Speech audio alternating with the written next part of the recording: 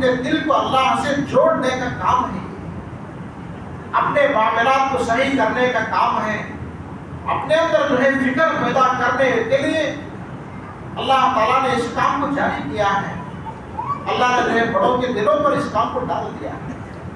اس لیے بزرگ اور دوستو، اس پہ لگنے سے چلنے سے آدمی کو سمجھ میں آتا ہے۔ ہمارے بزرگوں نے قرآن حدیث کو سامنے رکھ کر پورے آیتوں کو، پورے احادیث کو سامنے رکھ کر سوچے ہیں کہ بھئی اس کام کی شکل کیسے نکالنا ہے، امت کے اندر بے دینی کو کیسے نکالنا ہے۔ امت جب بڑوں کی باتوں کو پڑھے گی، امت جو ہے فضائل کی تعلیم کو کرے گی، فضائل پر آنا شروع ہو جائے گی، اس کے بعد جو ہے دھیرے دھیرے مسائل بھی سمجھ میں آئیں گے، عقائد بھی سمجھ میں آئیں گے، نظریات بھی سمجھ میں آئے گا، اور جو ہے سارے معاملات آدمی کو سمجھ میں آنا شروع ہو جائے گا۔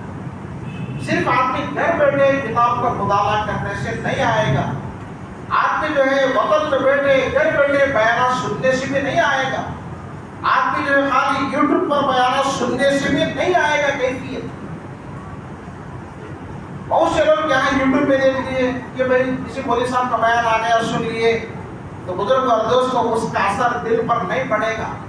ایک تجربے کی بات بتاتے ہیں، یہ یوٹیوب کا زمانہ آنے سے پہلے مدرسوں کے اندر پڑھنے پڑھانے کے زمانہ تھا، آج بھی ہے۔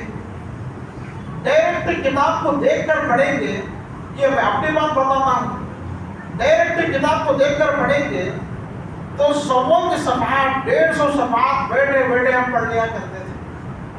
لیکن جب کتابیں انٹرنیٹ پر آنا شروع ہو گئے، اسکرین پر آنا شروع ہو گئے، میں اپنی بات بتاتا ہوں، آدھا صفحہ پڑھنا بھی مشکل ہو گیا ہے، آدھا صفحہ پڑھنا بھی مشکل ہو گیا ہے۔ اپنے پڑھنے کے زمانے میں 200 صفحات ایک ہی دن میں پڑھ لیا کرتے تھے ہم، 200 صفحے، 150 صفحات ایک ہی دن میں مطالعہ کر لیا کرتے تھے۔ لیکن موبائل میں آدھا صفحہ پڑھنے کے لیے بھی جی نہیں پڑتا ہے، آدمی تھک جاتا ہے، بات ذہن میں نہیں بیٹھتی ہے مطالعہ کرنے پر۔ کیوں؟ مطالعہ کے لیے وہ راستہ نہیں ہے، مطالعہ کا راستہ جو ہے براہ راست آدمی کو پڑھنا پڑتا ہے، براہ راست آدمی کو سننا پڑتا ہے۔ حضور صلی اللہ علیہ وسلم سے صحابہ کو جو دین ملا ہے، آمنے سامنے بیٹھ کر سیکھنے سے ملا ہے۔ آپ کے سامنے بیٹھے، آپ کے سامنے سنے، حضور صلی اللہ علیہ وسلم کی مبارک عملی زندگی کو دیکھے، جس کی وجہ سے صحابہ میں بھی وہ عمل منتقل ہو گیا ہے۔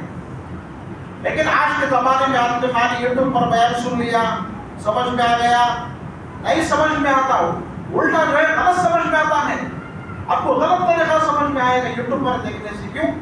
یوٹیوب پہ جو ہے یہود و نصارہ کے 2 لاکھ چینل ہیں، یہود و نصارہ 2 لاکھ چینل یوٹیوب پہ چھوڑے ہیں، وہ سارے جو ہے قرآن حدیث کے تشریح بیان کرتے ہیں، غلط مسائل، اختلافی مسائل، سمجھ میں نہیں آنے والے مسائل، اور ایسے مسائل جن کا قرآن حدیث سے تعلق نہیں ہے، اسرائیلی روایتیں، غلط روایتیں جو ہے یوٹیوب پہ ڈال کے بھر دیا گیا ہے۔